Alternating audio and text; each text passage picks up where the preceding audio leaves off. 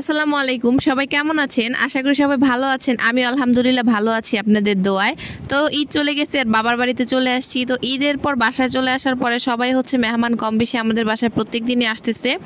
আমার শ্বশুর শাশুড়ি চলে গেছে রাতের বেলায়, আর হচ্ছে পরের দিন হচ্ছে আমার ফুফাতো বোন চলে আসছে।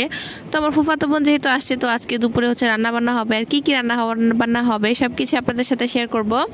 তো সকালবেলা হচ্ছে আমি আগের দিন যে গরুর গোস্তটা রান্না করছিলাম, ওটা থেকে কিছু তেল বেঁচে গেছিলো। ওই তেলটা দিয়ে সকালবেলা হচ্ছে পরোটা ছেঁকতেছিলাম। আসলে গরুর তেল দিয়ে পরোটা খেতে কিন্তু অনেক মজা লাগে। আমার কাছে তো খুবই ভালো লাগে। আপনাদের কাছে কেমন লাগে অবশ্যই কমেন্ট করে জানিয়ে দিবেন। আর এখানে হচ্ছে গরুর তেল কিন্তু মশলা দেওয়া থাকে, যার কারণে এটা হলুদ হয়। তো সবগুলো পরোটা নিয়ে আমরা ঘরে সবাই একসাথে খেতে চলে যাই। তো এখানে বসে বসে খাওয়া দাওয়া করতেছিলাম।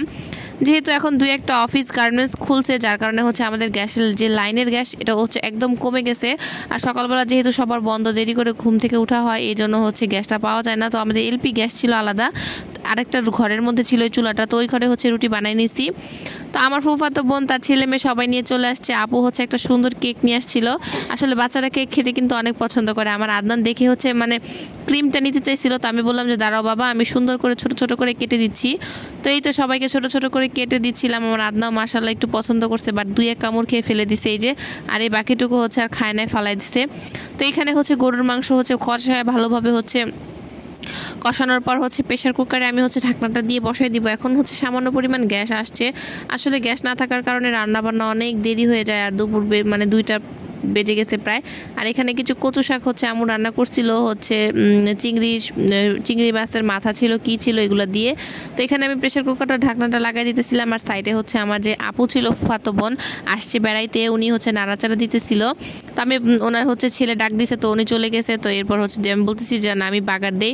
এখানে হচ্ছে পেঁয়াজটা ভাজতে দিছিল। আর একদম হচ্ছে লাইনের গ্যাস তো বুঝেনি, তো একদম দুপুরবেলা আসে, সকালে থাকে একদম হচ্ছে 7টার আগে, এরপরে আর থাকে না। আর হচ্ছে রাতে আসে 10টা 9টার পরে। তো এরকম করে রান্নাবান্না করে। তো আমি কচু যেহেতু বেশি, আমি ভাবছিলাম এই কড়াইতেই হবে, তো হবে না। পরে আবার হচ্ছে ঢেলে দিছি। আর এই তো ঢেলে দিছি। চুলার নিচে হচ্ছে কি ডিমের খোসা কেন, তো সেটা বলবো আপনাদেরকে পরে। এই তো কচু হচ্ছে নাড়াচাড়া দিয়ে ভালো করে একদম ভাজা ভাজা করে নিতে হইতো, কিন্তু আমি না ভাজা ভাজা করি নাই খুব একটা বেশি।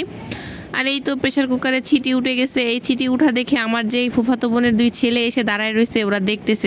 ছোট তো, ওরা তো কখনো দেখে নাই। ওরা তাকায় রয়েছে, ওরা বলতেছে যে এইভাবে ছিটি কেন উঠতেছে। এরপরে হচ্ছে পোলাও রান্না করব। তো আমি রান্নাবান্না আসলে করতেছি, আর এখানে আম্মু সব কাটাকাটি করে গুছাই দিতেছিল। আম্মু বলতেছিল তুই রান্না কর, আর আমি সব কেটে কুটে সুন্দর করে দিতেছি। তো আমি হচ্ছে দ্বিতীয় দিনও রান্নাবান্না করলাম। যেহেতু আমি ব্লগ ভিডিও বানাই, তো রান্নাবান্না যেহেতু করি, তো বাসায় যেহেতু করি ওগুলো ভিডিও বানাই, এখানেও করলে আমার ভিডিও বানাতে খুবই সুবিধা হবে, এর জন্য আমিও হচ্ছে করতেছি। তো এই তো এখানেও হচ্ছে পোলাও রান্না করতেছিলাম। তো নাড়াচাড়া দিয়ে হচ্ছে ভালো করে ভাজা ভাজা করে নিতেছিলাম। পোলাও কিন্তু অনেকে গরম পানি দেয়, তো আমি আর গরম পানিটা করি নাই। আসলে চুলার আগুন যদি হচ্ছে ভালো থাকে, অনেক জাল থাকে, তাহলে গরম পানি না দিলেও হয়। তো ভালো করে পানিটা হচ্ছে মেপে নিছি। আমি এখানে 1 কেজি পোলাও চালের জন্য 1.5 কেজি পরিমাণ পানি আমি দিব। তো আধা কেজি যে বোতল ছিল আধা লিটারের, তো আধা লিটারের 3 বোতল পানি আমি এর মধ্যে দিয়ে দিছি। এখন এই পোলাওটা হওয়ার অপেক্ষা, খুব সুন্দরভাবে হবে।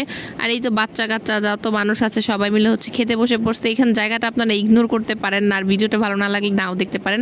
আসলে সবাই তো ছোট ছোট বাচ্চা, তো খাওয়ার সময় সব ফালায় এই পাশে ওপাশ করে ফালাই দিতেছিল। খাটের উপর বসে খাচ্ছিল, সব এলোমেলো করে দিচ্ছিল।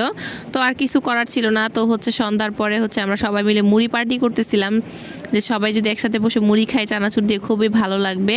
তো সবাই মিলে একসাথে হলে আসলে খুবই আনন্দ লাগে। আসলে আমি আসছি বলেই তারা আসছে, আমি আসছি আমার বাবার বাড়িতে, এখন তারাও আসছে আর কি খুশিতে। তো সবাই ভালো থাকবেন।